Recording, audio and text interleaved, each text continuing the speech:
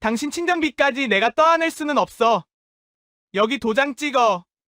시어머니 칠순 잔치가 한창이던 날 남편 명호는 친척들이 다 보는 자리에서 정숙 앞으로 하얀 이혼 서류를 밀어놓았습니다. 바로 몇 분 전 정숙은 친정이 파산했다는 전화를 받은 참이었습니다. 그런데 위로 한마디는커녕 시어머니는 차갑게 말했습니다. 집안 하나 잘못 엮이면 다 같이 망하는 거야. 모두가 정숙이 울며 매달릴 거라 생각했습니다. 하지만 정숙은 조용히 도장을 찍었습니다. 그리고 가방 깊숙한 곳에서 낡은 봉투 하나를 꺼냈습니다. 봉투 겉면에는 이렇게 적혀 있었습니다. 박명호 식자재 유통 투자계약서 원본. 그 순간 남편의 얼굴이 하얗게 질리기 시작했습니다. 과연 그 봉투 안에는 무엇이 들어 있었을까요? 그리고 버림받은 줄 알았던 며느리는 어떻게 시댁을 송두리째 뒤집어 놓게 된 걸까요? 지금부터 그 이야기를 들려드리겠습니다. 이야기 시작하기 전에 잠깐 부탁드립니다. 구독과 좋아요 눌러주시고 알림 설정까지 해주시면 큰 힘이 됩니다. 항상 건강하시고 편안한 시간 되시길 바랍니다. 감사합니다. 정수가 국은 왜 아직 안 나와? 형수, 여기 물 좀 더 가져와 봐요. 며느리 어디 갔어? 손님들 오시는데 정신이 있나 없나? 정숙은 뜨거운 국그릇을 양손으로 받쳐들고 발걸음을 재촉했습니다. 고급 한정식집 연회장 안은 사람들 목소리로 가득했습니다. 천장에는 금빛 조명이 반짝였고 벽면에는 오말순 여사 칠순을 축하드립니다라는 현수막이 걸려 있었습니다. 그 아래에는 웃고 떠드는 친척들과 지인들이 빼곡히 앉아 있었습니다. 하지만 오늘의 주인공은 따로 있었습니다. 칠순을 맞은 시어머니도 아니고 사업가인 남편도 아니었습니다. 잔치가 시작되기 전 새벽 5시부터 움직이며 모든 일을 처리한 사람, 바로 정숙이었습니다. 손등은 설거지와 음식 준비로 거칠게 갈라져 있었고 손가락 마디는 붉게 부어 있었습니다. 하지만 그런 건 아무도 보지 않았습니다. 보려고 하지도 않았습니다. 정숙은 국그릇을 내려놓으며 연신 허리를 숙였습니다. 맛있게 드세요. 어휴, 며느리 고생 많네. 친척 한 사람이 웃으며 말했습니다. 그 말이 끝나기도 전에 시어머니 말순이 끼어들었습니다. 얘가 원래 일은 잘해요. 근데 친정복은 영 없어요. 순간 몇몇 사람들이 어색하게 웃었습니다. 농담처럼 던진 말이었지만 정숙은 익숙했습니다. 결혼한 지 수십 년. 시어머니는 늘 이런 식이었습니다. 남들 앞에서는 웃으며 말하지만 꼭 가시를 숨겨놓았습니다. 정숙은 입꼬리만 살짝 올린 채 아무 말도 하지 않았습니다. 여러분, 살다 보면 그런 사람 있지 않습니까? 대놓고 때리지는 않는데 이상하게 상처는 깊게 남기는 사람 말입니다. 정숙에게 시어머니는 그런 존재였습니다. 그때 시동생 재훈이 소주잔을 흔들며 소리쳤습니다. 형수, 여기 술 떨어졌어. 정숙은 다시 몸을 돌렸습니다. 잔치 시작 후 한 번도 자리에 앉아보지 못했습니다. 그런데도 누구 하나 식사는 했는지 물어보지 않았습니다. 재훈은 술을 받자마자 낄낄 웃었습니다. 형수 덕에 오늘 잔치가 아주 번듯하네. 그러더니 옆 사람에게 들리도록 말했습니다. 근데 우리 형수가 이런 거 안 하면 뭐 하겠어요. 집안 행사 전문인데. 주변에서 웃음이 터졌습니다. 정숙도 따라 웃었습니다. 아니, 웃는 척했습니다. 가슴 어딘가가 서늘하게 식어가는 느낌이 들었지만 참았습니다. 항상 그래왔으니까요. 그 순간 휴대전화가 진동했습니다. 가슴 주머니 안에서 작게 떨리는 소리였습니다. 정숙은 잠시 복도로 나왔습니다. 주방 옆 복도는 음식 냄새와 사람들 목소리가 뒤섞여 있었습니다. 화면에는 동생 이름이 떠 있었습니다. 정숙은 불안한 예감에 전화를 받았습니다. 왜? 수화기 너머에서 떨리는 목소리가 들렸습니다. 누나. 목소리가 이상했습니다. 너무 이상했습니다. 정숙의 얼굴이 굳었습니다. 무슨 일이야? 잠시 침묵이 흘렀습니다. 그리고 들려온 말. 공장 넘어갔어. 정숙의 손에서 힘이 빠졌습니다. 뭐? 오늘 아침에 최종 통보 왔어. 정숙은 벽을 붙잡았습니다. 귀가 먹먹해졌습니다. 멀리서 들려오던 사람들 웃음소리가 갑자기 물속처럼 흐릿하게 들렸습니다. 아버지는 아무 말씀도 안 하셔. 어머니는 계속 우시고. 정숙은 입술을 깨물었습니다. 친정아버지가 평생을 바쳐 운영했던 작은 공장이었습니다. 사위 사업 도와주려고 담보도 잡히고 대출도 받고 버티고 버텼던 곳이었습니다. 그 공장이 무너졌다는 뜻이었습니다. 누나. 응. 집도 위험할 것 같아. 정숙은 눈을 감았습니다. 가슴이 쿵 하고 내려앉았습니다. 천장이 무너지는 것 같은 기분이었습니다. 하지만 울 수 없었습니다. 지금은 시어머니 칠순 잔치 중이었으니까요. 정숙은 떨리는 목소리로 말했습니다. 알았어. 내가 나중에 다시 전화할게. 전화를 끊고 한동안 움직이지 못했습니다. 복도 창문으로 겨울 햇빛이 들어오고 있었습니다. 그 빛이 유난히 차갑게 느껴졌습니다. 정숙은 눈가를 닫고 다시 연회장으로 들어갔습니다. 하지만 이미 늦었습니다. 남편 명호가 그녀를 바라보고 있었습니다. 이상할 정도로 차가운 눈빛이었습니다. 정숙은 순간 심장이 철렁 내려앉았습니다. 명호는 아무 말 없이 정숙을 따라 밖으로 나갔습니다. 사람들 시선이 없는 복도 끝. 명호가 입을 열었습니다. 전화 받았어? 정숙은 고개를 들었습니다. 당신 알고 있었어? 명호는 한숨을 내쉬었습니다. 오늘 아침에 연락 왔어. 정숙은 멍하니 남편을 바라봤습니다. 남편이라면 적어도 이런 날에는 위로해 줄 줄 알았습니다. 하지만 명호 입에서 나온 말은 전혀 달랐습니다. 당신 친정 이번에 완전히 끝난 거 맞지? 정숙은 귀를 의심했습니다. 지금 그게 할 말이야? 정확히 알아야 하니까. 정숙은 남편 얼굴을 바라봤습니다. 언제부터 저런 눈빛이었을까요? 언제부터 저 사람은 나보다 돈을 먼저 보기 시작했을까요? 명호는 낮은 목소리로 말했습니다. 혹시 빚이 우리 쪽으로 넘어오는 건 아니지? 정숙은 한동안 아무 말도 하지 못했습니다. 가슴이 아팠습니다.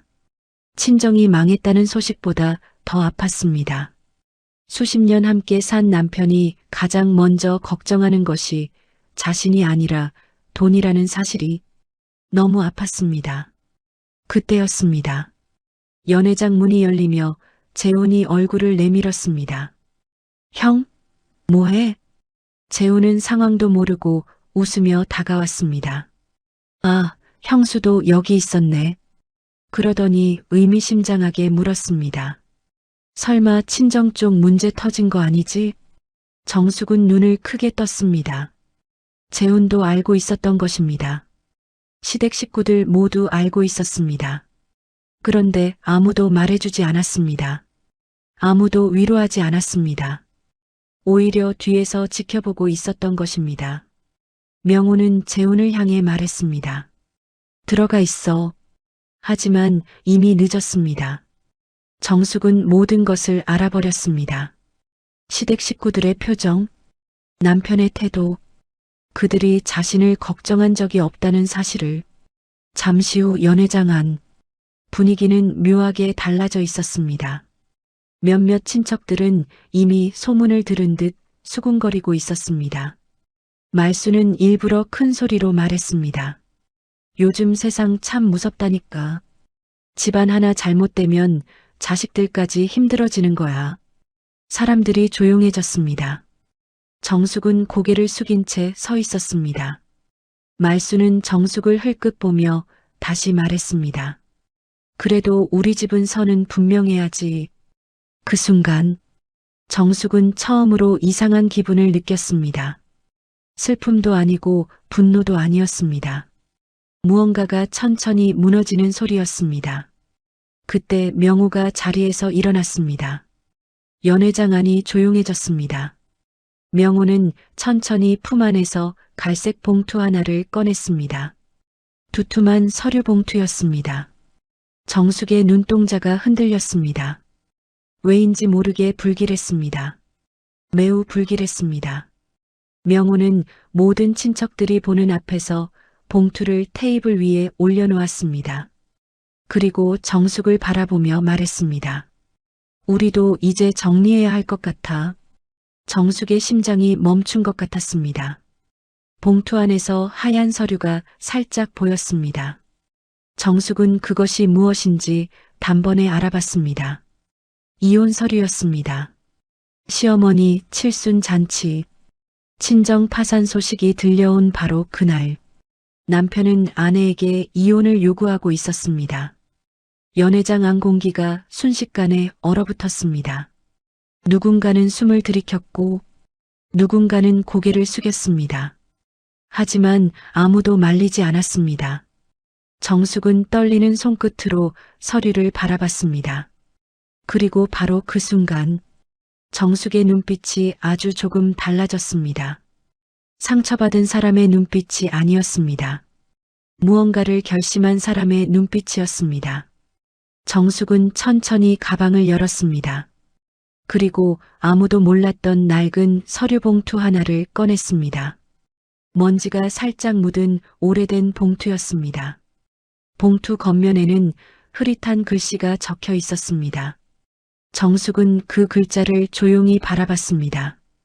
그리고 입술을 열었습니다. 정말 후회 안 하실 겁니까? 명호는 비웃듯 고개를 끄덕였습니다.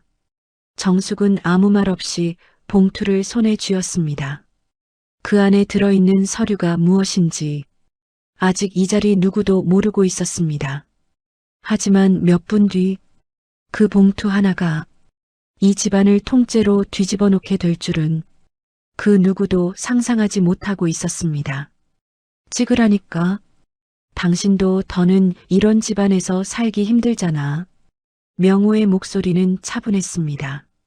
너무 차분해서 더 잔인하게 들렸습니다. 사람이 정말 무서울 때는 고함을 지를 때가 아닙니다. 상대가 무너지는 순간을 보면서도 눈 하나 깜짝하지 않을 때입니다. 정숙은 테이블 위에 놓인 이혼 서류를 내려다봤습니다. 하얀 종이 위에는 이미 명호의 이름과 도장이 선명하게 찍혀 있었습니다.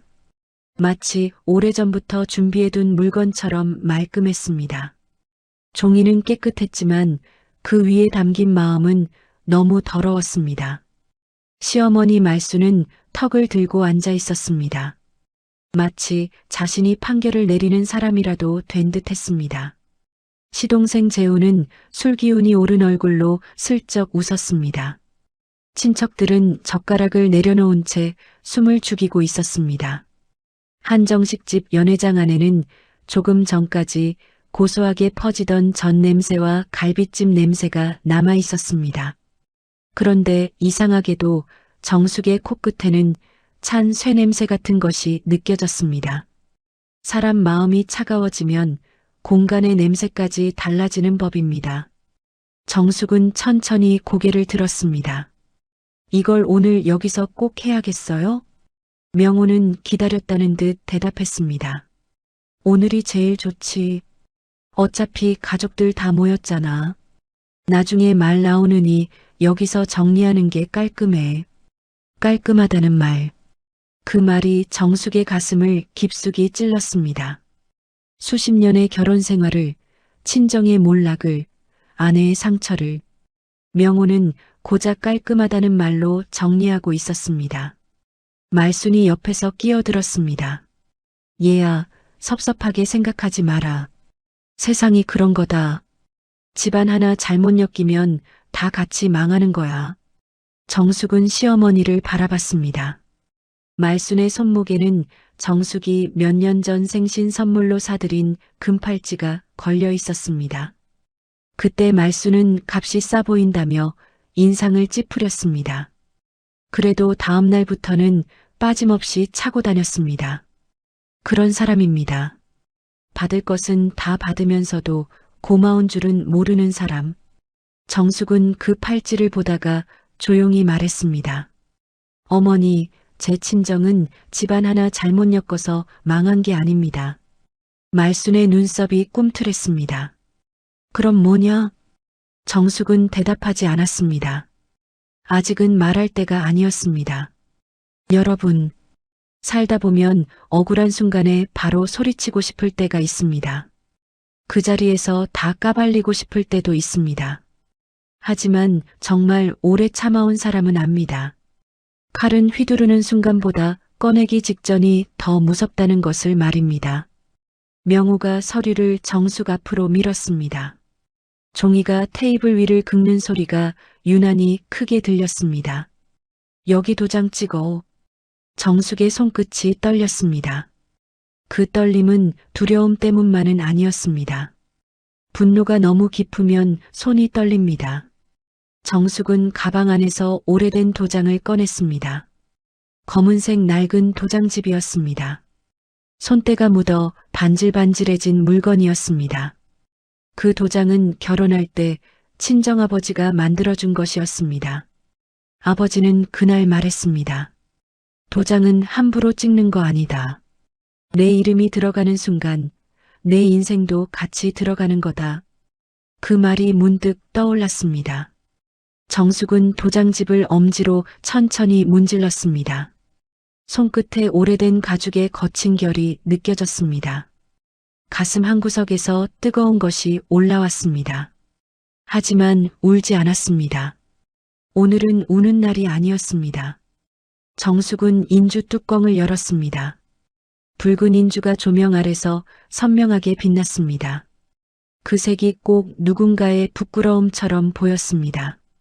명호는 팔짱을 낀 채 정숙을 내려다보고 있었습니다. 시간 끌지 마. 정숙은 천천히 도장을 찍었습니다. 꾹. 종이 위에 정숙의 이름이 붉게 남았습니다. 그 순간 연회장 안에 있던 사람들이 아주 작게 술렁였습니다. 말순의 입가에는 희미한 미소가 걸렸습니다. 재호는 고개를 끄덕이며 낮게 중얼거렸습니다. 이제 끝났네. 그 말이 끝나자마자 정숙이 고개를 들었습니다.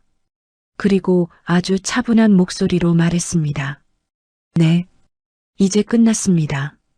그 말에 명호가 잠깐 멈칫했습니다. 정숙의 목소리가 예상과 달랐기 때문입니다. 울먹이지 않았습니다. 매달리지도 않았습니다. 무너지지도 않았습니다. 마치 오래 기다린 일을 마침내 끝낸 사람처럼 담담했습니다. 정숙은 자신이 가져온 낡은 봉투를 테이블 위에 올려놓았습니다. 봉투가 닿는 소리가 작게 났습니다. 그런데 이상하게도 그 작은 소리에 명호의 눈동자가 흔들렸습니다. 그건 뭐야? 정숙은 봉투 끈을 풀었습니다.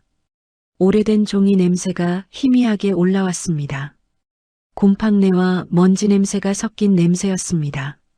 세월이 담긴 냄새였습니다. 정숙은 안에서 서류 몇 장을 꺼냈습니다.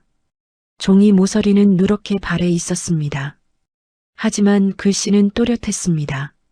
정숙은 가장 위에 있던 서류를 명호 앞으로 밀었습니다. 이혼은 해드렸으니 이제 정리할 건 정리합시다. 명호가 미간을 찌푸렸습니다. 무슨 정리? 정숙은 남편의 눈을 똑바로 바라봤습니다. 당신 회사 처음 세울 때 우리 아버지가 빌려준 돈. 순간 명호의 표정이 굳었습니다. 그 표정은 아주 짧았습니다. 하지만 정숙은 놓치지 않았습니다. 수십 년을 같이 산 부부는 압니다. 상대가 당황했을 때 눈동자가 어느 쪽으로 흔들리는지까지 압니다. 명호는 곧바로 목소리를 높였습니다. 그걸 지금 여기서 왜 꺼내? 정숙은 조용히 대답했습니다. 여기서 이혼 서류 꺼낸 사람은 당신입니다. 연회장 안이 다시 조용해졌습니다. 친척 한 사람이 조심스럽게 몸을 앞으로 기울였습니다. 재우는 젓가락을 내려놓았습니다. 말수는 얼굴을 찌푸렸습니다. 무슨 돈을 빌려줬다는 거냐? 부부끼리 도와주고 사는 거지. 그걸 무슨 빚처럼 말하냐?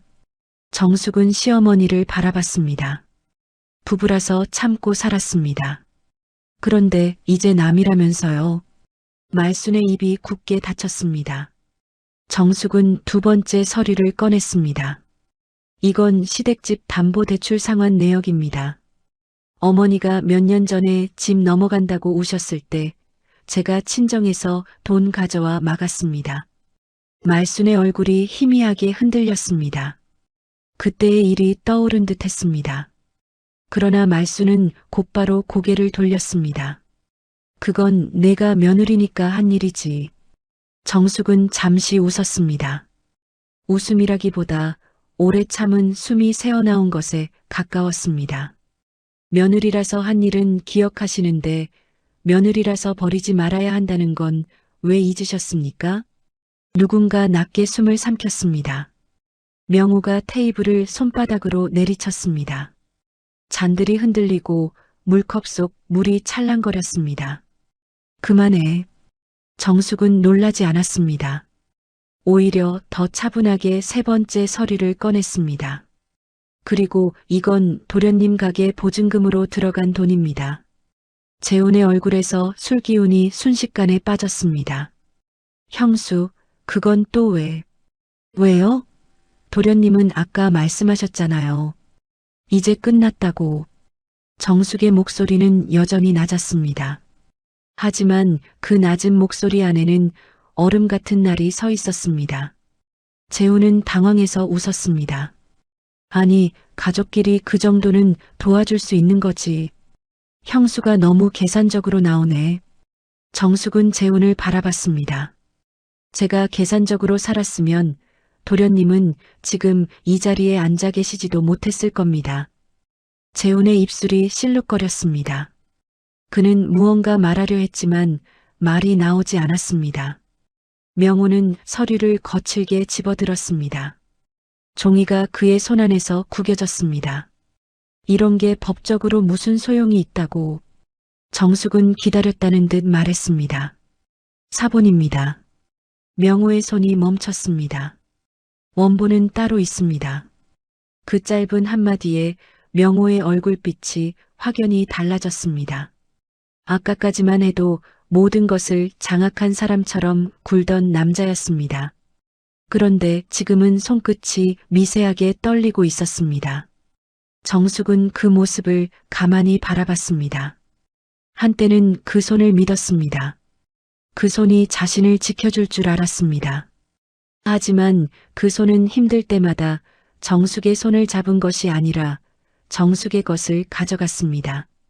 돈도, 시간도, 젊음도, 친정의 희생도. 명호는 이를 악물고 낮게 말했습니다. 당신 언제부터 이런 걸 모았어? 정숙은 대답했습니다. 모은 게 아닙니다. 버리지 않은 겁니다. 그 말은 조용했지만 연회장 전체를 가르듯 선명했습니다. 말순이 갑자기 큰 소리를 냈습니다. 너 지금 우리 집 망신 주려고 이러는 거냐? 정숙은 시어머니를 바라봤습니다. 어머니 칠순 잔치에서 이혼 서류 내민 건 제가 아닙니다. 말순은 말문이 막힌 듯 입술만 달싹였습니다. 주변 친척들의 눈빛이 바뀌기 시작했습니다. 처음에는 정숙을 안타깝게 보던 시선이었습니다. 그러나 이제는 명호와 말순을 향해 조금씩 돌아가고 있었습니다. 그 시선이 명호를 더 불안하게 만들었습니다. 명호는 자리에서 벌떡 일어났습니다. 밖으로 나와. 정숙은 움직이지 않았습니다. 여기서 하세요. 나오라고. 명호의 목소리가 거칠어졌습니다. 정숙은 천천히 일어났습니다. 하지만 서류를 다시 봉투에 넣지는 않았습니다. 그대로 들고 나갔습니다. 복도 끝에는 잔치 음식 냄새가 희미하게 따라왔습니다. 조명은 밝았지만 공기는 차가웠습니다. 명호는 주위를 확인하더니 낮은 목소리로 윽박질렀습니다. 당신 지금 뭐 하자는 거야? 정숙은 담담히 바라봤습니다. 당신이 하자는 대로 하는 겁니다. 남이 되자면서요. 남이면 돈 문제도 정리해야죠. 명호는 이를 악물었습니다. 이런 식으로 나오면 당신 친정 더 힘들어져. 정숙의 눈빛이 처음으로 날카로워졌습니다. 지금 내 친정을 협박하는 겁니까?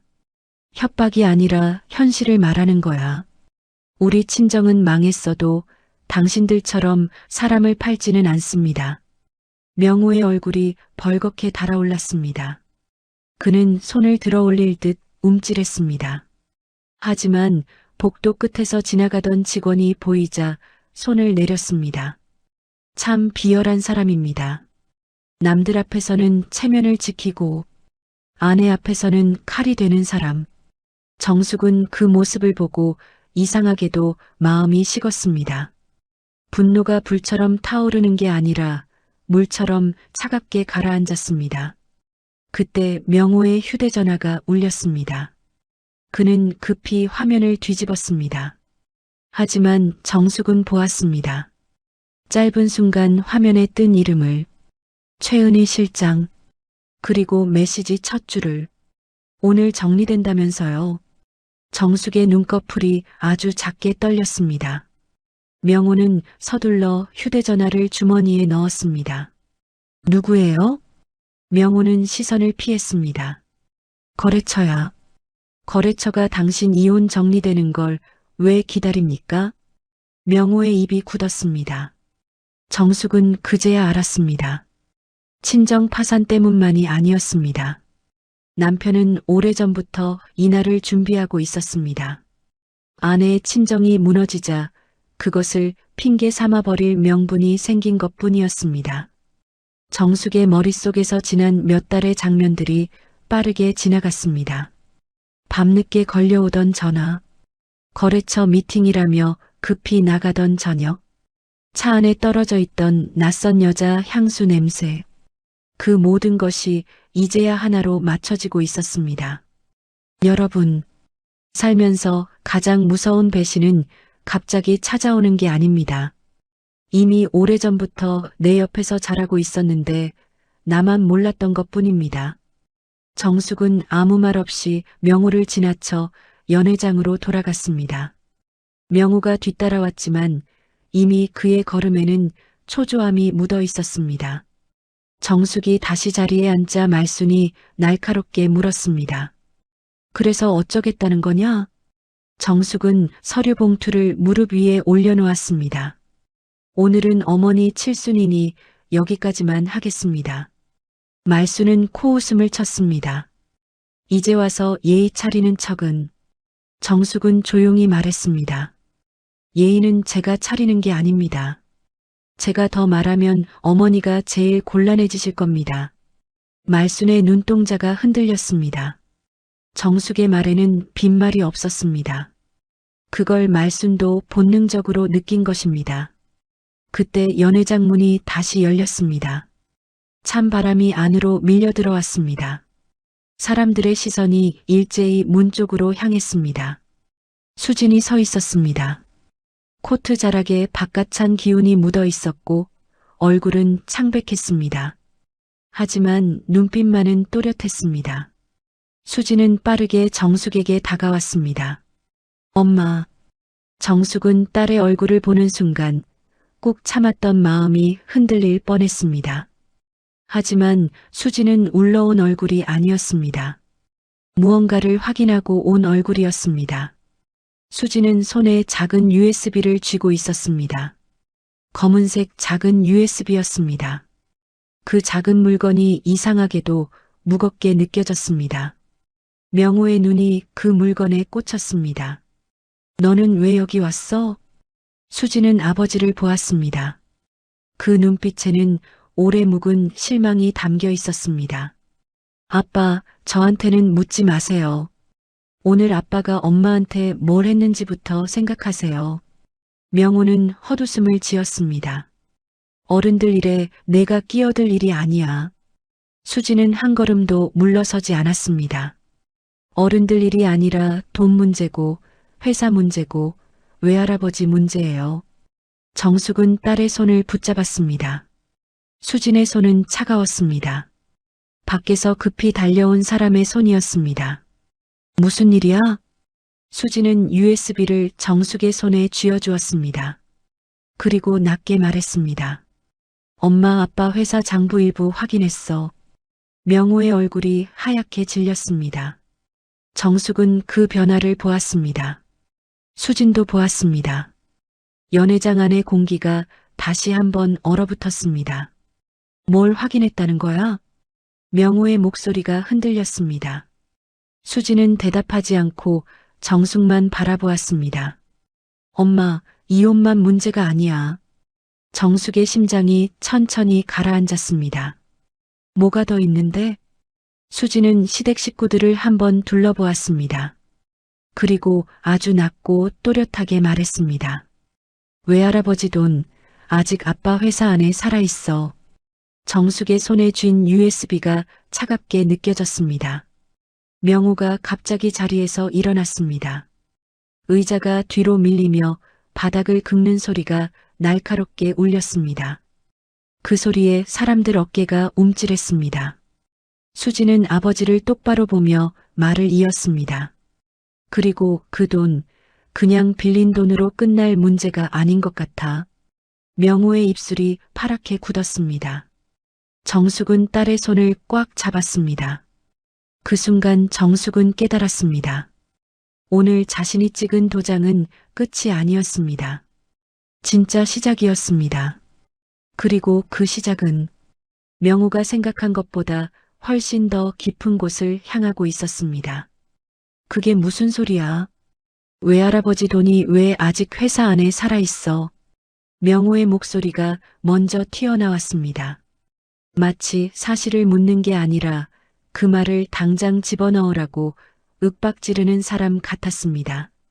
수지는 아버지를 바라보았습니다. 어릴 때는 세상에서 제일 커 보였던 아버지였습니다. 넓은 어깨, 큰 목소리, 명절 때마다 친척들 앞에서 성공한 사람처럼 웃던 얼굴. 하지만 지금 수진의 눈앞에 서 있는 명호는 작아 보였습니다. 당황을 감추려고 목소리만 키우는 남자였습니다. 정숙은 손에 쥔 USB를 내려다봤습니다. 검은색 작은 물건 하나였습니다. 손톱만 한 그 물건이 이상하게도 그녀의 지난 세월보다 무겁게 느껴졌습니다. 연회장 안에는 아무도 젓가락을 움직이지 않았습니다.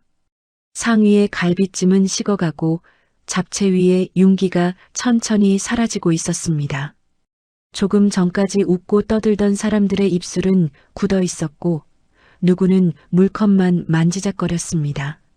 사람들 앞에서 이혼 서류를 꺼낸 순간에는 당당했던 명호가 이제는 딸이 들고 온 USB 하나에 얼굴빛을 잃고 있었습니다.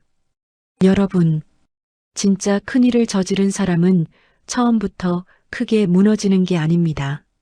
먼저 눈동자가 흔들립니다. 그 다음 손끝이 굳고 마지막으로 목소리가 커집니다. 명호가 딱 그랬습니다. 수진아, 너 지금 무슨 짓 하는 거야? 회계사라고 아버지 회사를 함부로 뒤져도 되는 줄 알아? 수진은 눈 하나 깜짝하지 않았습니다. 제가 뒤진 게 아니에요. 엄마가 오래전에 제게 맡겨둔 자료하고 외할아버지가 갖고 계신 송금 내역을 대조한 거예요. 정숙은 딸을 바라봤습니다. 그 말에 오래전 기억이 떠올랐습니다. 몇 년 전 가을이었습니다. 친정아버지가 낡은 서류 봉투 하나를 들고 정숙을 찾아왔던 날이었습니다. 아버지는 시장 근처 작은 다방에서 정숙에게 말했습니다. 명호가 바쁘다니까 내가 기다리마. 그래도 언젠가는 정리해야지. 돈이라는 게 가족끼리도 흐릿해지면 안 되는 기답. 그때 정숙은 아버지에게 괜찮다고 했습니다. 남편이 잘 되면 다 갚을 거라고 했습니다. 가정 지키는 게 먼저라고 했습니다. 그 말이 지금 와서 목에 가시처럼 걸렸습니다. 수지는 USB를 테이블 위에 올려놓았습니다. 작은 소리였습니다. 하지만 그 소리에 명호의 어깨가 미세하게 움찔했습니다. 말순이 먼저 목소리를 냈습니다. 딸년까지 나서서 집안을 뒤집으려고 드는구나. 참 세상 좋아졌다. 아비한테 이런 식으로 대들고도 잘했다고 하겠네. 수진의 얼굴이 굳었습니다. 하지만 정숙이 먼저 입을 열었습니다. 어머니, 수진이는 대드는 게 아닙니다. 사실을 말하는 겁니다. 사실 좋아하네. 너희 친정이 망하니까 이제 우리 집 돈 뜯어가려고 모녀가 짜고 치는 거 아니냐? 그 말은 너무 치졸했습니다.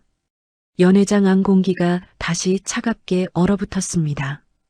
친정이 망한 며느리에게 위로 한마디 못할 망정, 돈 뜯어간다는 말을 칠순 잔치상 앞에서 꺼내는 시어머니였습니다. 정숙은 잠시 말순의 얼굴을 바라봤습니다. 주름진 눈과 붉게 칠한 입술, 금팔찌를 찬 손목, 그 모든 것이 낯설었습니다.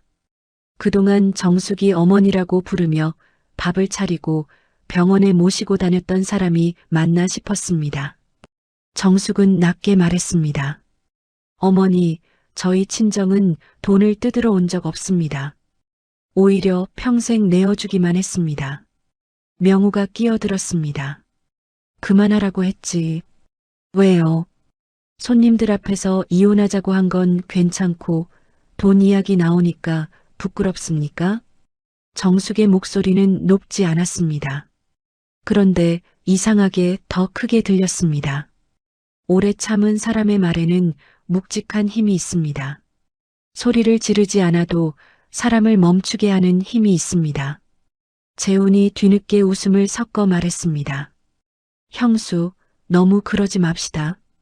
형 사업 초기에 장인어른이 조금 도와준 거야 다들 아는 일이고 그걸 이제 와서 지분이니 뭐니 하는 건 좀 그렇잖아요. 정숙은 재훈을 보았습니다. 도련님은 조금이라고 하셨습니까? 아니, 말이 그렇다는 거지. 도련님 첫 가게 보증금도 조금이었습니까? 두 번째 가게 권리금도 조금이었습니까? 도련님이 카드값 막아달라고 새벽에 전화했던 것도 조금이었습니까? 재훈의 얼굴이 시뻘개졌습니다. 친척들 사이에서 낮은 웅성거림이 번졌습니다. 재훈은 다급히 주변을 둘러봤습니다. 자기 잘못보다 남의 시선이 더 무서운 사람의 얼굴이었습니다. 명호는 서류들을 거칠게 집어들려 했습니다. 그러자 수진이 그의 손목을 막았습니다. 만지지 마세요. 원본 아니고 사본이어도 증거 훼손처럼 보일 수 있어요. 너 지금 아버지한테 협박하냐? 아버지가 엄마한테 한 게 협박이에요. 저는 절차를 말하는 거고요. 명호의 입술이 굳었습니다. 그때 정숙의 휴대전화가 다시 울렸습니다. 화면에는 친정 동생의 이름이 떠 있었습니다. 정숙은 잠시 망설이다 전화를 받았습니다. 수화기 너머에서 동생의 숨소리가 거칠게 들렸습니다. 누나, 아버지 쓰러지셨어. 정숙의 얼굴에서 피가 빠졌습니다. 뭐라고? 방금 병원으로 모시고 왔어. 의식은 있으신데 계속 누나 이름만 불러. 정숙은 눈앞이 하얘졌습니다. 연회장의 금빛 조명도 사람들의 얼굴도 테이블 위 서류도 한순간 멀어졌습니다. 그녀의 귀에는 아버지 목소리만 들리는 듯 했습니다. 어릴 때 손을 잡고 시장 골목을 걸어가던 아버지, 비 오는 날 젖은 우산을 털며 우리 딸 축제하고 웃던 아버지, 사위 사업 자금 마련한다고 밤새 공장에서 기계를 돌리던 아버지, 그 아버지가 쓰러졌다는 말이었습니다. 정숙은 전화를 끊고 가방을 챙겼습니다. 명호가 냉큼 물었습니다. 어디가? 정숙은 그를 바라보았습니다. 병원에 갑니다. 명호는 눈살을 찌푸렸습니다. 지금 이 상황에 정숙은 믿을 수 없다는 듯 남편을 보았습니다. 아버지가 쓰러지셨습니다. 그러니까 지금 가면 여기 일은 어쩌라고. 그 말에 정숙은 잠시 숨을 멈췄습니다. 사람이 어디까지 잔인해질 수 있는지 그날 정숙은 끝을 본다고 생각했습니다. 아버지가 쓰러졌다는 말 앞에서도 명호는 잔치와 체면을 먼저 걱정했습니다. 말수는 옆에서 혀를 찼습니다. 잔치 중에 이게 무슨 난리냐? 친정이 사람 하나 못 편하게 둔다니까. 그 말이 끝나는 순간 정숙의 눈빛이 변했습니다. 지금까지는 참고 있던 사람이었습니다. 하지만 그 순간만큼은 참을 수 없었습니다. 어머니, 정숙의 목소리가 연회장 안을 조용히 눌렀습니다. 말순이 움찔했습니다. 제 아버지가 쓰러지셨습니다. 그런데도 그런 말이 나오십니까? 내가 틀린 말했니? 틀린 말입니다. 정숙은 처음으로 시어머니의 말을 정면에서 잘랐습니다. 제 친정은 어머니 칠순 잔치 망치려고 망한 게 아닙니다. 제 아버지는 사위 믿고 돈 내어주고 사위 체면 지켜주다가 여기까지 오신 겁니다. 말순의 얼굴이 굳어졌습니다. 정숙은 더는 말하지 않고 돌아섰습니다. 수진이 USB와 서류를 챙겼습니다. 그때 명호가 정숙의 팔을 붙잡았습니다. 소나기가 거칠었습니다. 정숙의 팔목에 통증이 번졌습니다. 이거 다 놓고 가. 정숙은 붙잡힌 팔을 내려다봤습니다. 거친 손가락이 살을 파고들고 있었습니다. 그 손이 예전에는 가족을 위해 일하는 손이라고 믿었습니다. 하지만 지금은 남의 것을 빼앗으려는 손처럼 느껴졌습니다. 정숙은 천천히 명호의 손을 떼어냈습니다. 당신은 사람 붙잡는 법을 모릅니다. 늘 돈만 붙잡았지. 명호가 말을 잃었습니다. 정숙은 수진과 함께 연회장을 나왔습니다. 뒤에서 사람들의 수군거림이 따라왔습니다. 누군가는 이건 너무했다고 낮게 말했습니다. 누군가는 장인 돈이 들어갔다면 말이 다르지 하고 중얼거렸습니다. 시댁이 그토록 지키고 싶어 했던 체면이 연회장 바닥에 조금씩 흘러내리고 있었습니다. 병원으로 가는 택시 안. 정숙은 창밖만 바라봤습니다. 저녁빛이 도로 위에 길게 깔려 있었습니다. 차창에는 정숙의 얼굴이 비쳤습니다. 흐트러진 머리, 창백한 입술, 붉게 눌린 눈가. 수십 년을 참고 산 여자의 얼굴이었습니다. 수지는 조용히 엄마 손을 잡았습니다. 엄마, 괜찮아? 정숙은 대답하지 못했습니다. 괜찮지 않았기 때문입니다. 괜찮다는 말로 덮기에는 너무 많은 것이 무너졌습니다. 수지는 작은 목소리로 말했습니다. 엄마, 나 사실 예전부터 이상했어. 아빠 회사 처음 설립 자금이 어디서 나왔는지 자료가 너무 흐릿했어. 그런데 외할아버지 송금 내역이랑 맞춰보니까 이상한 게 많았어. 정숙은 딸을 보았습니다. 얼마나? 수지는 잠시 망설였습니다. 엄마가 생각하는 것보다 커. 택시 안의 공기가 무거워졌습니다. 수지는 가방에서 복사본 몇 장을 꺼냈습니다. 외할아버지가 아빠 회사에 넣은 돈이 단순 대여금으로만 처리된 게 아니야. 일부는 투자금 성격이 있어. 그리고 당시 약정서가 있으면 회사 지분까지 다툴 수 있어. 정숙은 숨을 삼켰습니다. 지분? 응. 아빠가 외할아버지한테 그냥 돈 빌린 게 아니라 회사가 자리 잡으면 일정 지분이나 수익을 돌려주겠다고 한 정황이 있어. 정숙은 고개를 숙였습니다. 그동안 자신이 참으면 가정이 지켜지는 줄 알았습니다. 자신이 입 다물면 부모도 편하고 남편도 편하고 자식도 편한 줄 알았습니다. 그런데 아니었습니다. 정숙이 참는 동안 누군가는 더 뻔뻔해졌습니다. 정숙이 침묵하는 동안 친정은 조금씩 말라갔습니다. 여러분, 참는 것이 늘 미덕은 아닙니다. 어떤 침묵은 가족을 지키는 게 아니라 나쁜 사람을 더 크게 키우기도 합니다.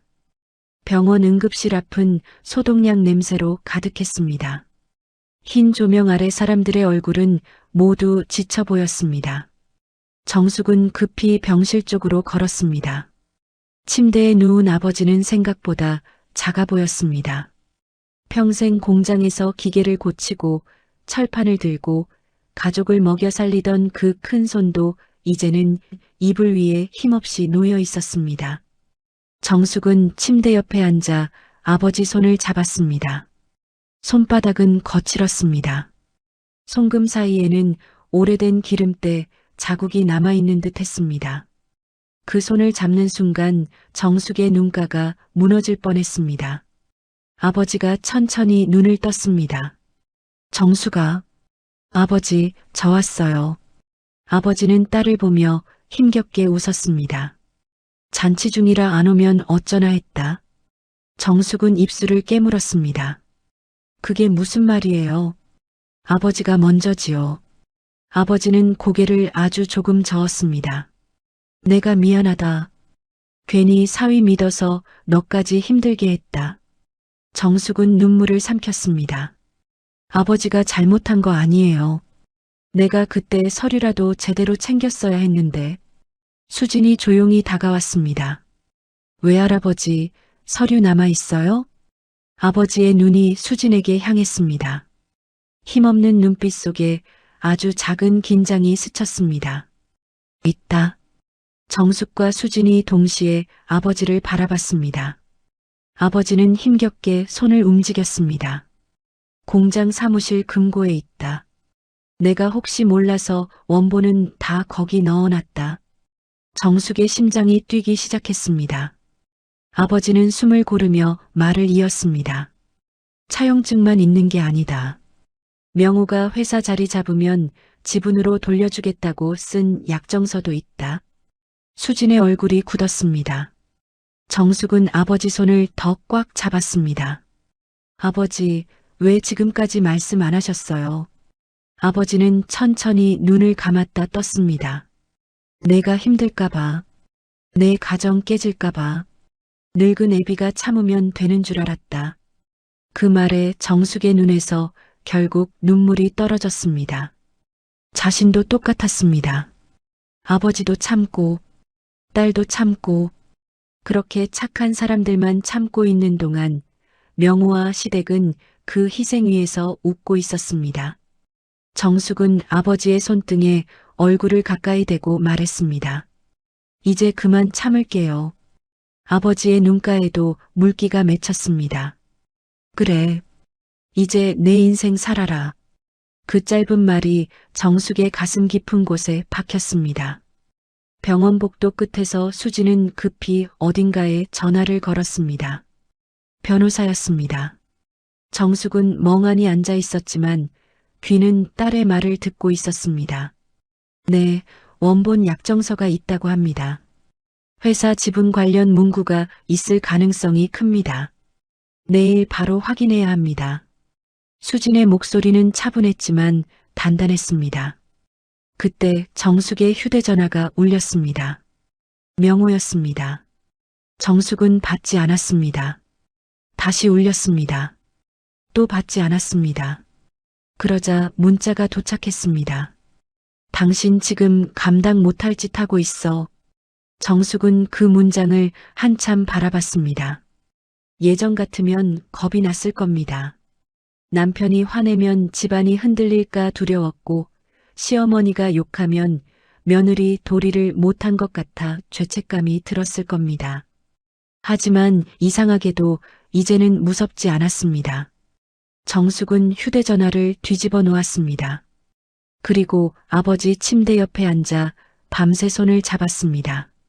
새벽녘, 병실 창밖이 희미하게 밝아올 무렵 수진이 다시 정숙 옆으로 왔습니다.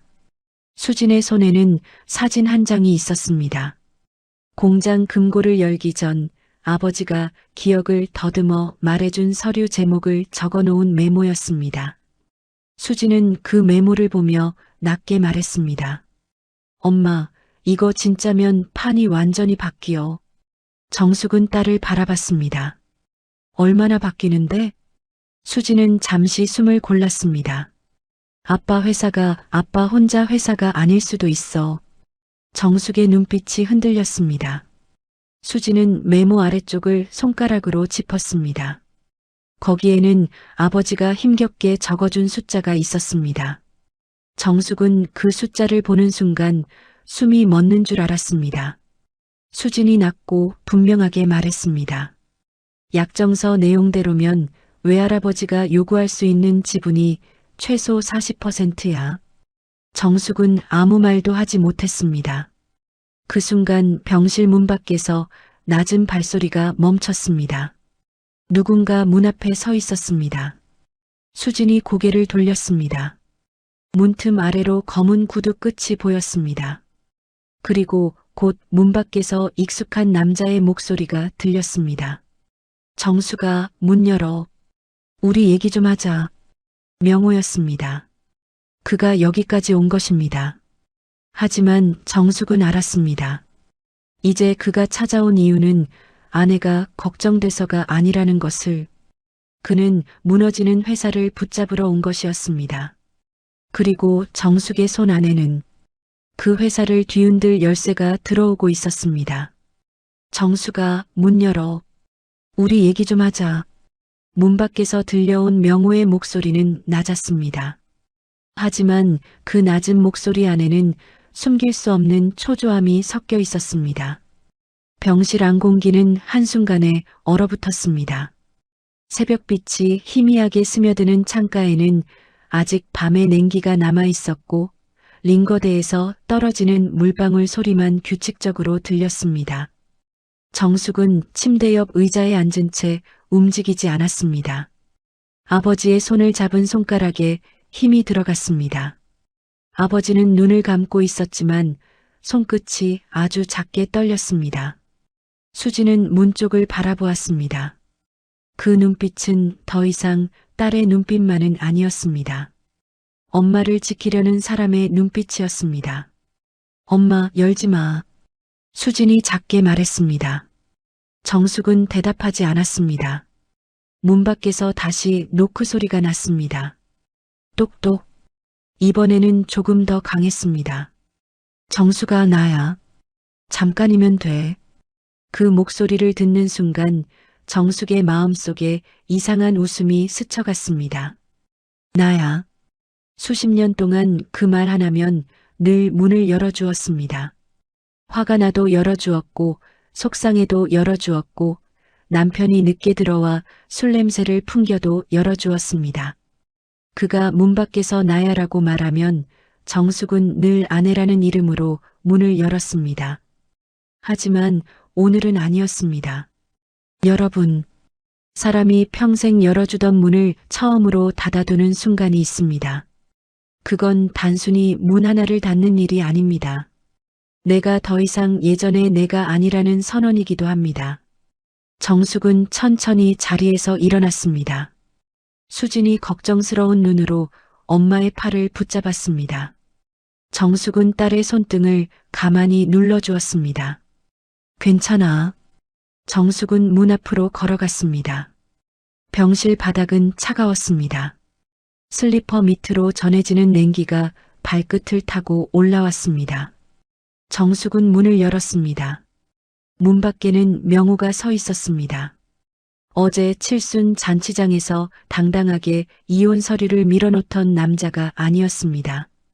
넥타이는 비뚤어져 있었고 눈밑은 검게 꺼져 있었습니다.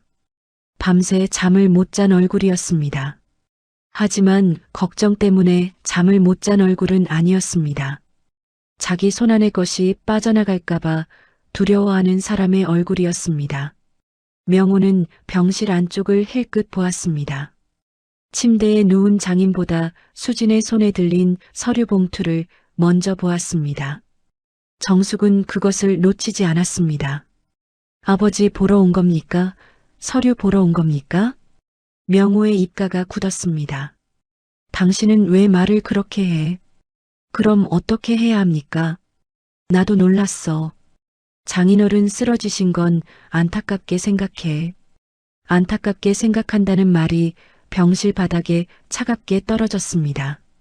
정숙은 그 말을 듣고도 아무 표정이 없었습니다. 어제 같았으면 그 말 한마디라도 붙잡고 싶었을지 모릅니다. 그래도 미안하긴 하구나. 그래도 사람 마음이 아주 없는 건 아니구나. 그렇게 스스로를 달랬을지도 모릅니다. 하지만 이제는 알았습니다. 명호가 말하는 안타까움은 사람을 향한 것이 아니라 상황을 향한 것이었습니다. 자기에게 불리해진 상황, 들키면 안 될 서류가 드러난 상황, 그것이 안타까운 것이었습니다. 명호는 목소리를 낮췄습니다. 우리 둘이 조용히 얘기하자. 수진이 바로 끼어들었습니다. 여기서 말씀하세요. 명호는 딸을 노려보았습니다. 너는 빠져. 수진은 한 걸음도 물러서지 않았습니다. 엄마 일이고 외할아버지 일이고 제 가족 일입니다. 빠질 생각 없습니다. 명호가 비웃듯 숨을 내뱉었습니다. 회계사 됐다고 내가 세상 다 아는 줄 알아? 수진은 차분히 대답했습니다. 세상은 다 몰라도 숫자가 거짓말하지 않는다는 건 압니다. 그 말에 명호의 눈꺼풀이 작게 떨렸습니다. 정숙은 딸이 든 봉투를 바라봤습니다. 그 안에는 밤새 수진이 정리한 복사본들이 들어 있었습니다. 아버지가 말해준 금고 위치, 송금내역, 회사 설립 당시 작성된 약정서 제목, 그리고 명호가 가장 두려워하는 단어, 지분. 정숙은 낮은 목소리로 말했습니다.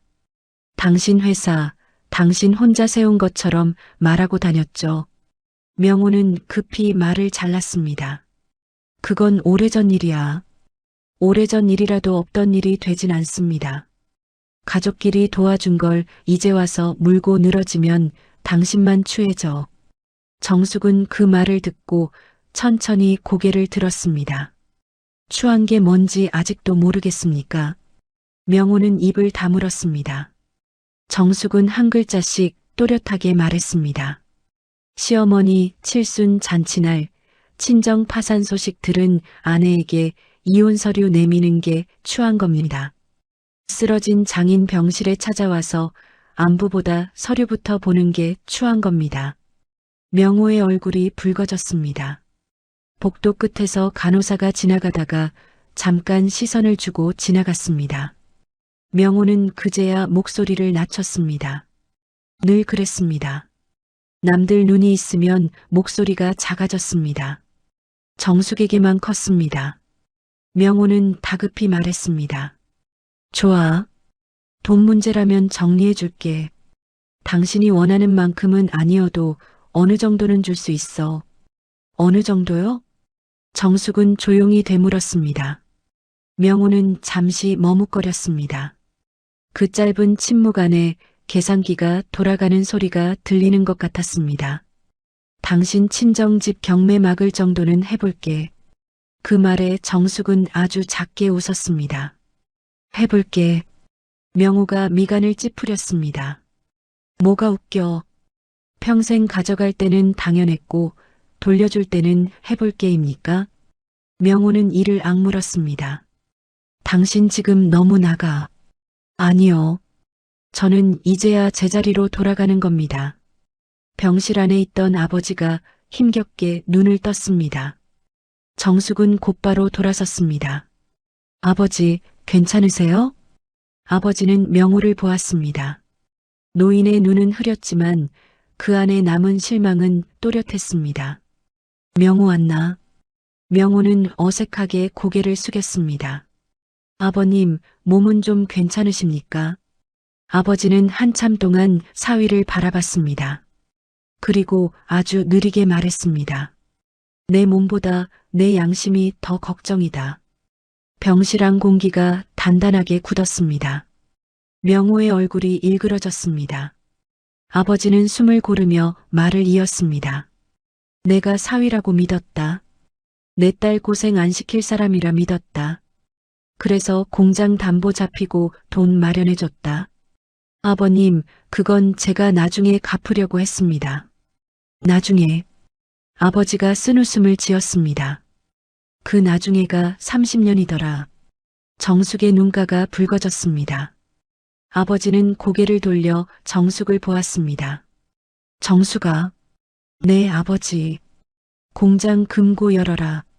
거기 있는 거 다 꺼내라. 이제 늙은 애비도 참을 만큼 참았다. 명호의 얼굴빛이 순간 하얗게 변했습니다.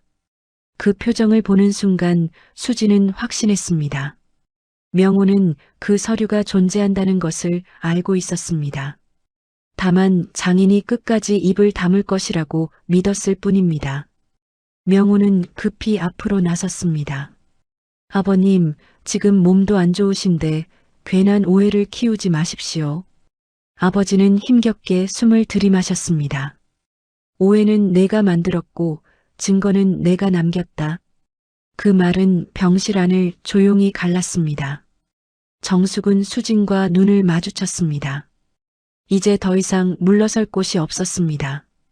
그날 오전 수진은 변호사와 함께 친정 공장으로 향했습니다. 정숙은 병원에 남아 아버지를 돌봤습니다. 공장은 도시 외곽 낡은 골목 끝에 있었습니다. 붉은 벽돌은 군데군데 벗겨져 있었고 셔터에는 오래된 먼지가 두껍게 내려앉아 있었습니다. 문을 여는 순간 기름 냄새와 쇠 냄새가 뒤섞여 올라왔습니다. 수지는 어릴 적 외할아버지 손을 잡고 이곳에 왔던 기억을 떠올렸습니다. 기계가 돌아가던 소리, 뜨거운 쇳가루 냄새, 작업복을 입은 외할아버지가 땀을 닦으며 웃던 얼굴. 그 모든 시간이 멈춰선 것처럼 공장 안은 조용했습니다. 변호사가 손전등을 비추며 안쪽 사무실 문을 열었습니다. 낡은 책상 뒤 벽장 아래에 작은 금고가 있었습니다. 아버지가 알려준 번호를 누르자 금고가 둔탁한 소리를 내며 열렸습니다. 그 안에는 서류 봉투들이 차곡차곡 들어 있었습니다. 모서리가 누렇게 바랜 봉투들, 고무줄이 사가 끊어질 듯한 묶음들. 그 시간의 무게 앞에서 수지는 잠시 숨을 멈췄습니다. 변호사가 장갑을 끼고 가장 위 봉투를 꺼냈습니다. 봉투 겉면에는 아버지의 필체가 적혀 있었습니다. 박명호 사업자금 관련 서류. 수지는 입술을 깨물었습니다. 봉투를 열자 차용증, 송금 확인증, 회사 설립 초기 자금 사용 내역이 나왔습니다. 그리고 마지막에 두툼한 계약서 하나가 모습을 드러냈습니다. 상단에는 공동투자 및 수익배분 약정서라고 적혀 있었습니다. 수진의 손끝이 떨렸습니다. 변호사가 문서를 빠르게 읽어 내려갔습니다. 이건 단순 대여가 아닙니다.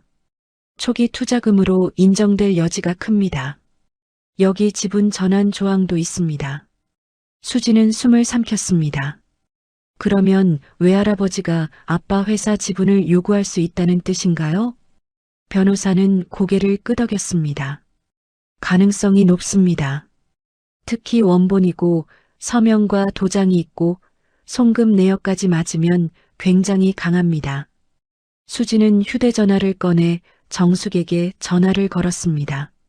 정숙은 병원 복도에서 전화를 받았습니다. 수진의 목소리는 낮았지만 떨리고 있었습니다.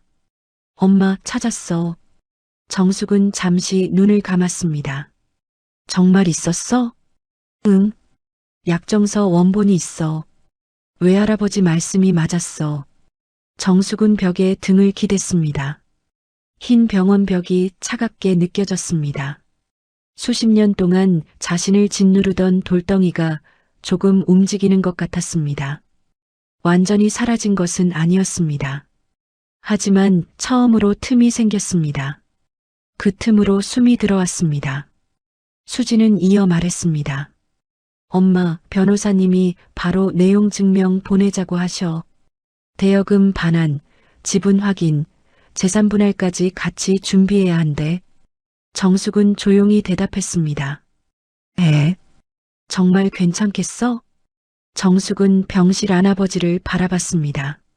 아버지는 잠들어 있었습니다. 거칠어진 손이 이불 위에 놓여 있었습니다. 정숙은 그 손을 보며 대답했습니다. 괜찮아서 하는 게 아니야.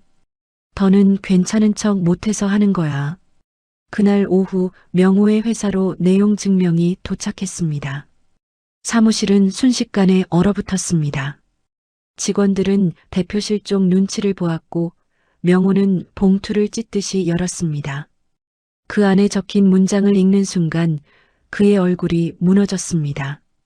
대여금 반환 청구, 공동투자 약정에 따른 지분 확인 요구, 혼인 기간 중 형성 재산에 대한 재산 분할 청구, 그리고 시동생 재훈에게 지급된 금전의 반환 요청. 명호는 종이를 구겨 던졌습니다. 이 여자가 정말 미쳤나? 하지만 그의 손은 떨리고 있었습니다. 분노보다 두려움이 더 큰 손이었습니다. 그때 최은희 실장에게서 전화가 왔습니다. 명호는 급히 받았습니다. 은희 씨, 내가 지금... 수화기 넘어 은희의 목소리는 차가웠습니다. 대표님, 오늘 내용 증명 받으셨다면서요. 명호가 멈칫했습니다. 그걸 어떻게... 업계 좁습니다. 그리고 저희 쪽 법무팀도 확인했습니다. 회사 지분 분쟁 가능성 있으면 계약 진행 어렵습니다. 명호는 사색이 되었습니다. 잠깐만요. 그건 집안 문제입니다. 회사랑 상관없어요. 지분이 걸리면 회사 문제입니다. 은희의 목소리는 단호했습니다. 어제까지만 해도 오늘 정리된다면서요 하고 문자를 보내던 여자였습니다. 그런데 명호가 흔들리자마자 선을 긋고 있었습니다. 명호는 처음으로 자신이 믿었던 세 줄마저 썩은 줄이었다는 것을 깨달았습니다. 하지만 너무 늦었습니다. 저녁 무렵 시어머니 말순의 집에도 소문이 퍼졌습니다. 칠순 잔치에 왔던 친척들이 여기저기 전화를 돌렸습니다. 며느리 친정 망했다더니 그 집이 오히려 사위회사 살린 집이었다더라. 잔칫날 이혼 서류 내밀었다가 되레 큰일 났다더라. 장인이 회사 지분까지 갖고 있다더라. 말순은 전화기를 붙잡고 얼굴이 벌겋게 달아올랐습니다. 아니야. 그게 아니라고. 걔가 원래 계산이 빨라서 그래. 하지만 전화를 끊을 때마다 손끝이 떨렸습니다. 평생 체면 하나로 살아온 사람이었습니다. 남들 앞에서 우리 아들 잘났다, 우리 집안 반듯하다 자랑하던 사람이었습니다. 그런데 이제 그 체면에 금이 가고 있었습니다. 재훈도 가만히 있지 못했습니다. 그에게도 변호사 명의의 연락이 갔습니다. 빌린 돈을 반환하라는 내용이었습니다. 재훈은 형에게 전화를 걸어 소리를 질렀습니다. 형, 이거 어떻게 된 거야? 형수가 진짜 나한테도 돈 달라잖아. 명호는 신경질적으로 대답했습니다. 내가 빌린 건 내가 알아서 해. 뭐? 그때 형이 형수한테 말해주겠다며. 가족끼리 서류 있어도 괜찮다며. 명호는 눈을 감았습니다. 재훈은 계속 떠들었습니다. 나 그 돈 없다고. 집사람 알면 난 끝장이야. 명호는 전화를 끊어버렸습니다. 형제도 가족도 돈 앞에서는 서로를 밀어내기 시작했습니다. 인생사 참 알다가도 모를 일입니다. 며느리 하나 몰아내면 편해질 줄 알았던 집안이 그 며느리가 빠져나가자마자 서로의 목을 잡기 시작한 것입니다. 다음 날 오전 정숙은 변호사 사무실에 앉아 있었습니다. 창밖에는 겨울 햇살이 차갑게 내려앉고 있었습니다. 정숙 앞에는 서류가 여러 장 놓여 있었습니다. 이혼 서류, 재산분할 신청서, 대여금 반환 청구 자료, 지분 확인 관련 검토 의견서, 종이 한 장 한 장이 무거웠습니다. 그 종이들은 돈의 문제가 아니었습니다. 정숙이 잃어버린 세월의 목록이었습니다. 변호사가 조심스럽게 말했습니다. 상대방이 합의를 요청할 가능성이 큽니다. 다만 회사 지분 부분은 상대가 굉장히 민감하게 나올 겁니다. 정숙은 고개를 끄덕였습니다. 저도 압니다. 원하시는 방향을 분명히 정하셔야 합니다. 금전 반환만 원하시는지 지분까지 끝까지 다투실지요. 정숙은 잠시 침묵했습니다. 그 순간 머릿속에 명호의 얼굴이 떠올랐습니다. 찍으라니까. 당신 친정 빚까지 내가 떠안을 수는 없어. 오늘이 제일 깔끔해. 그 말들이 차례로 떠올랐습니다. 정숙은 천천히 입을 열었습니다. 3가지를 원합니다. 변호사가 펜을 들었습니다. 말씀하세요. 첫째, 아버지 돈 전액 돌려받겠습니다. 정숙의 목소리는 떨리지 않았습니다. 둘째, 시댁과 도련님에게 들어간 돈도 법적으로 정리하겠습니다. 변호사가 고개를 끄덕였습니다. 셋째, 정숙은 잠시 숨을 골랐습니다. 시어머니 칠순 잔치에서 저와 제 친정을 모욕한 것에 대해 가족들 앞에서 공개 사과를 받겠습니다. 수진이 엄마를 바라봤습니다. 변호사도 잠시 멈칫했습니다. 돈보다 어려운 요구였습니다. 명호 같은 사람에게는 돈보다 체면이 더 아픈 법이니까요. 하지만 정숙은 알고 있었습니다. 돈을 돌려받는 것만으로는 끝나지 않는다는 것을. 사람의 마음을 짓밟은 사람은 자신이 무엇을 짓밟았는지 알아야 했습니다. 그날 저녁 명호에게서 전화가 왔습니다. 정숙은 받았습니다. 수화기 넘어 명호의 숨소리가 거칠었습니다. 당신 원하는 게 뭐야? 정숙은 차분히 말했습니다. 변호사 통해 전달했습니다. 돈 줄게. 대신 지분 얘기는 빼. 어느 정도 줄 수 있다는 말은 이제 듣지 않겠습니다. 명호가 잠시 침묵했습니다. 좋아. 장인어른 돈은 정리해. 그런데 사과는 못해. 정숙은 창밖을 바라봤습니다. 해가 지고 있었습니다. 건물 유리창에 붉은 빛이 번져 있었습니다. 왜 못합니까? 내 체면도 있어. 정숙은 조용히 숨을 내쉬었습니다. 내 체면은 당신이 잔칫날 사람들 앞에서 짓밟았습니다. 그건 상황이. 아니요. 그건 당신 선택이었습니다. 명호의 목소리가 거칠어졌습니다. 정숙아, 너 정말 끝까지 갈 거야? 정숙은 잠시 눈을 감았습니다. 그리고 또렷하게 대답했습니다. 당신이 먼저 끝냈습니다. 그 순간 명호의 전화기 너머로 누군가의 목소리가 들렸습니다. 다급한 남자 직원의 목소리였습니다. 대표님, 큰일 났습니다. 지금 회사에 감사가 나왔습니다. 정숙의 눈이 천천히 떠졌습니다. 명호가 수화기를 막는 소리가 들렸습니다. 하지만 이미 늦었습니다. 정숙은 분명히 들었습니다. 회사에 감사가 나왔다는 말을. 명호의 목소리가 다시 들렸습니다. 아까와는 완전히 달라진 목소리였습니다. 분노도 아니고 협박도 아니었습니다. 겁에 질린 목소리였습니다. 정숙은 아무 말도 하지 않았습니다. 명호가 거의 애원하듯 말했습니다.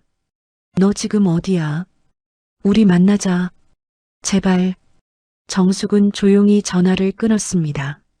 손에 쥔 휴대전화가 차갑게 식어 있었습니다. 수진이 엄마를 바라봤습니다. 엄마, 무슨 일이야?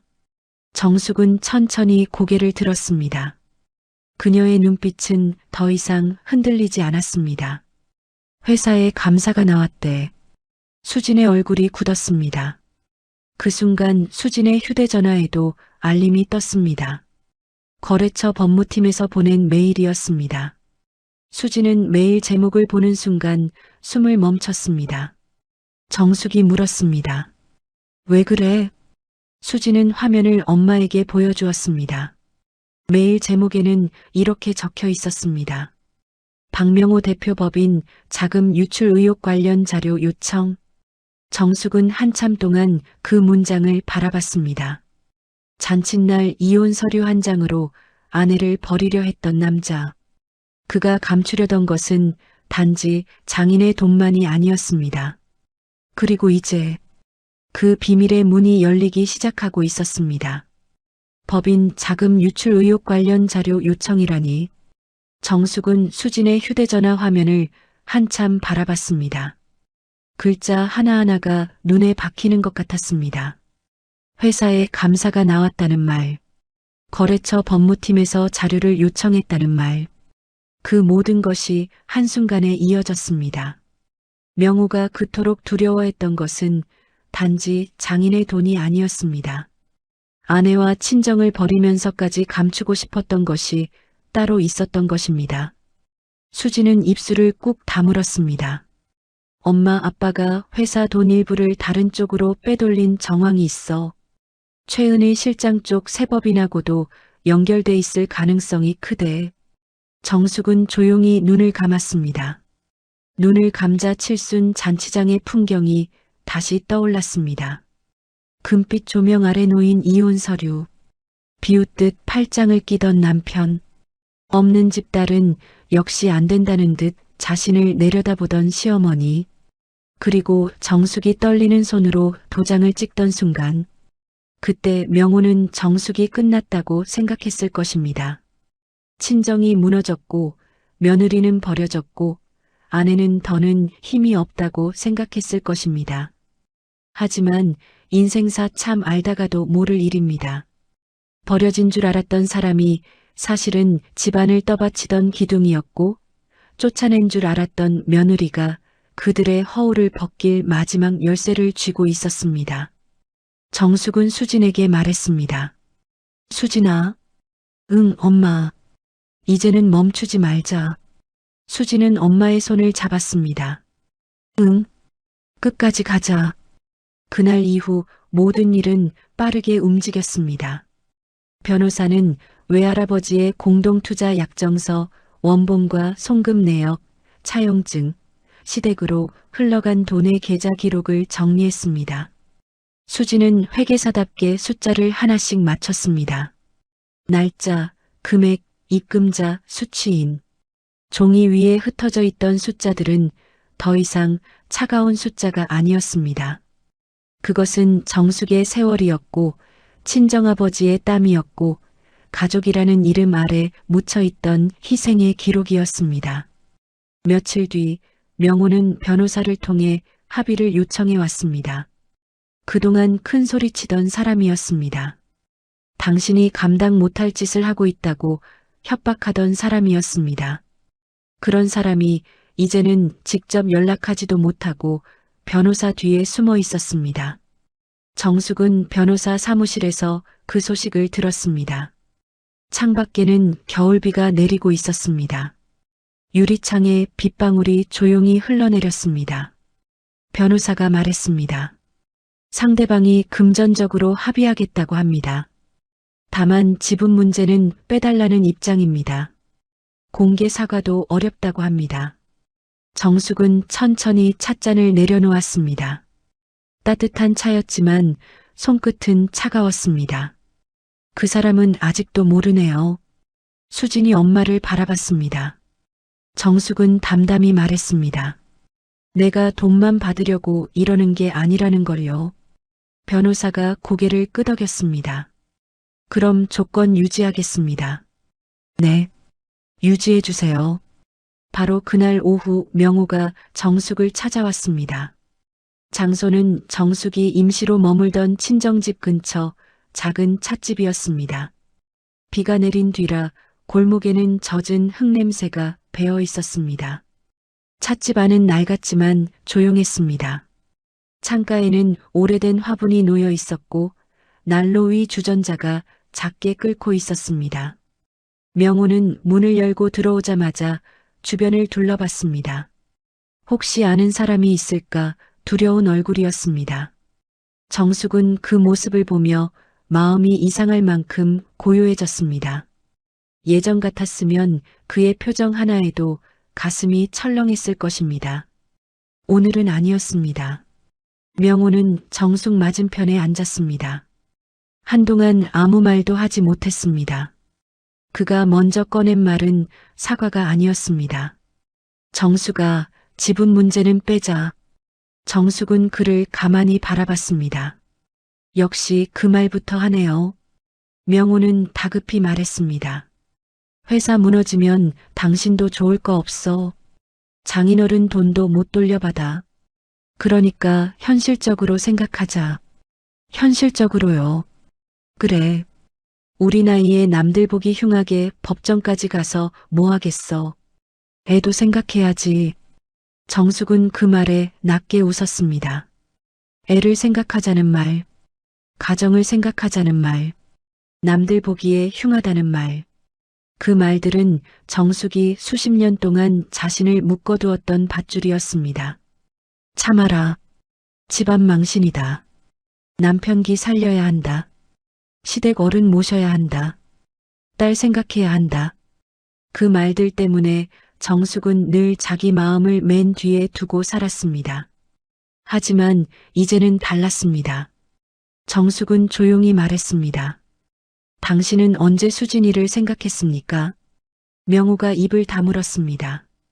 그 아이가 엄마가 시댁에서 어떤 대우받는지 다 보고 자랐습니다. 명절마다 제가 부엌에 서 있는 동안 당신은 친척들 앞에서 사업 자랑했죠. 제가 아파도 병원비 아깝다 했고 친정 부모님이 힘들다 해도 당신 체면부터 챙겼습니다. 명호는 얼굴을 찌푸렸습니다. 그걸 이제 와서 다 꺼내면 이제라도 꺼내야죠. 정숙의 목소리가 조금 낮아졌습니다. 당신은 내가 필요했던 거지 나를 사랑한 게 아니었습니다. 명호의 눈동자가 흔들렸습니다. 그 말은 칼처럼 조용히 들어갔습니다. 소리를 지르지 않았는데도 명호의 얼굴에서 핏기가 빠졌습니다. 그는 한참 뒤에야 입을 열었습니다. 내가 잘못했어. 정숙은 그 말을 기다렸을까요? 어쩌면 아주 오래전에는 기다렸을지도 모릅니다. 젊었을 때 시어머니 눈치 보며 밤늦게 설거지를 끝내고 방에 들어갔을 때 남편이 미안하다는 말 한마디만 해주면 다 괜찮아질 것 같던 날들이 있었습니다. 친정아버지가 사위 사업자금으로 돈을 빌려주고도 괜찮다며 웃던 날에도 명호가 고맙다는 말만 제대로 했어도 정숙의 마음은 덜 아팠을 것입니다. 하지만 오늘의 사과는 늦었습니다. 너무 늦었습니다. 정숙은 차분히 대답했습니다. 그 말 잔치장에서 이혼 서류 꺼내기 전에 했어야 했습니다. 명호는 손을 뻗어 정숙의 손을 잡으려 했습니다. 정숙은 조용히 손을 거두었습니다. 그 작은 움직임에 명호가 멈췄습니다. 정숙아, 우리 다시 시작하면 안 되겠니? 정숙은 창밖을 보았습니다. 젖은 길 위로 차가 지나가며 물방울을 튀겼습니다. 그 소리가 이상하게도 선명하게 들렸습니다.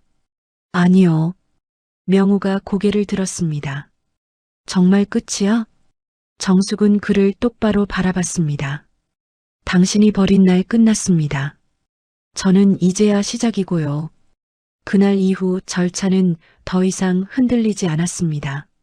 명호 회사는 감사와 거래처 조사로 큰 타격을 입었습니다. 최은희는 명호와 선을 그었습니다. 그녀는 법무팀을 통해 자신은 단순 거래 협의만 했을 뿐이라고 주장했습니다. 어제까지는 오늘 정리된다면서요 하고 명호를 부추기던 사람이 위험해지자마자 가장 먼저 등을 돌린 것입니다. 명호는 그때서야 알았을 것입니다. 자기가 버린 사람은 끝까지 자신을 지켜주던 사람이었고 자신이 붙잡으려 했던 사람은 이익이 사라지자마자 떠날 사람이었다는 것을 말입니다. 재혼도 무너졌습니다. 그동안 형수에게 빌린 돈을 가족끼리 도와준 것이라고 우기던 그는 차용증과 계좌 내역 앞에서 더 이상 버티지 못했습니다.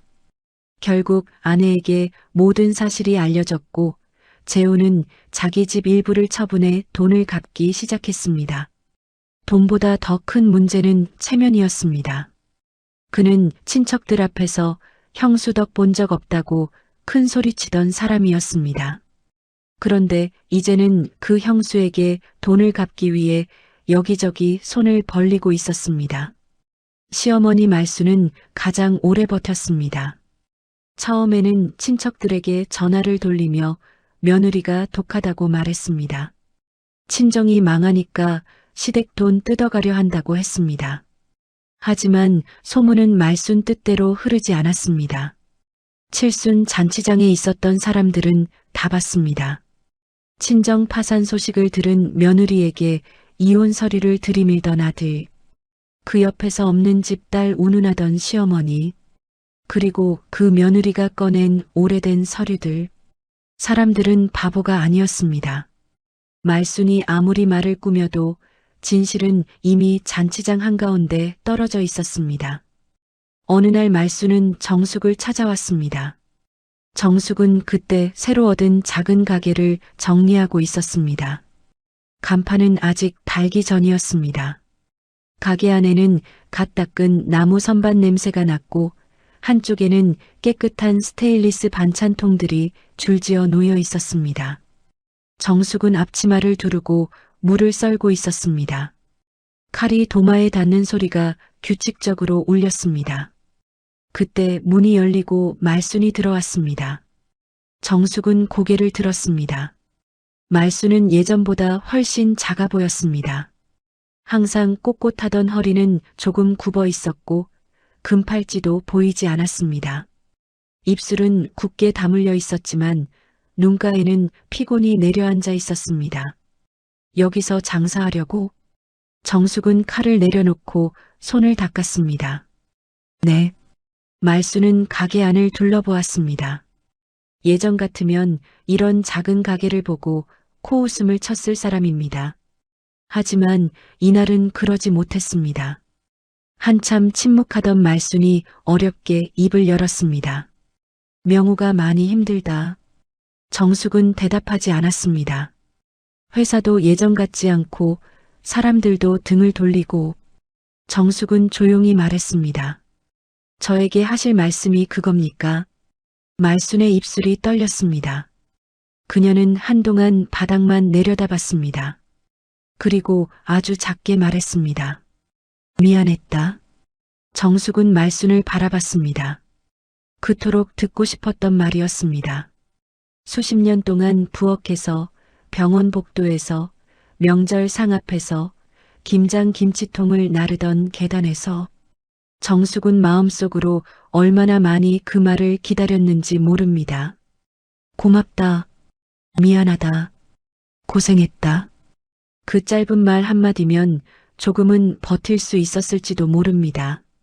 그런데 막상 그 말이 지금 와서 들리자 이상하게도 마음이 흔들리지 않았습니다. 정숙은 담담하게 대답했습니다. 그 말 30년 전에 들었으면 참 좋았을 겁니다. 말순의 눈가가 붉어졌습니다. 하지만 정숙은 더 이상 그 눈물에 끌려가지 않았습니다. 그녀는 시어머니를 미워하는데 남은 인생을 쓰고 싶지 않았습니다. 그렇다고 아무 일도 없었던 것처럼 다시 돌아갈 생각도 없었습니다. 용서와 복귀는 다른 것입니다. 정숙은 그것을 이제야 알았습니다. 법적 정리는 몇 달에 걸쳐 마무리되었습니다. 명우는 친정아버지에게 들어간 투자금과 일부 수익분을 반환하기로 했고 회사 지분 문제는 정숙과 친정 측에 유리한 조건으로 조정되었습니다. 재산 분할도 이루어졌습니다. 재훈에게 들어간 돈 역시 일부 회수되었습니다. 명우 회사는 크게 줄어들었고 그는 더 이상 예전처럼 친척들 앞에서 성공한 대표 행세를 하지 못했습니다. 그가 끝까지 거부하던 공개 사과도 결국 이루어졌습니다. 장소는 다시 가족들이 모인 자리였습니다. 화려한 한정식 집은 아니었습니다. 변호사 사무실 회의실이었습니다. 명우는 굳은 얼굴로 앉아 있었습니다. 말수는 고개를 숙이고 있었습니다. 재우는 눈을 마주치지 못했습니다. 정숙은 아버지와 어머니, 수진과 함께 앉아 있었습니다. 명호는 마른 입술을 열었습니다. 그날 어머니 칠순 잔치 자리에서 당신과 당신 친정을 모욕한 것, 그리고 이혼 서류를 꺼낸 것 잘못했습니다. 목소리는 작았습니다. 하지만 분명히 들렸습니다. 정숙은 아무 말 없이 들었습니다. 사이다라는 것이 꼭 소리를 지르고 상대를 무릎 꿇리는 것만은 아닙니다.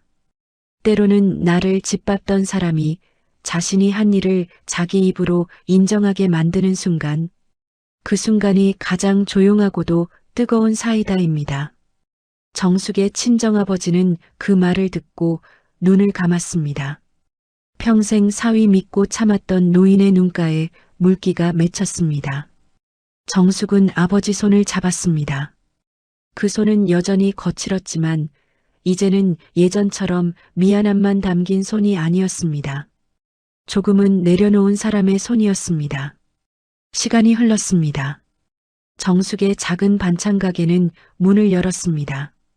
간판에는 정숙한 밥상이라고 적혀 있었습니다.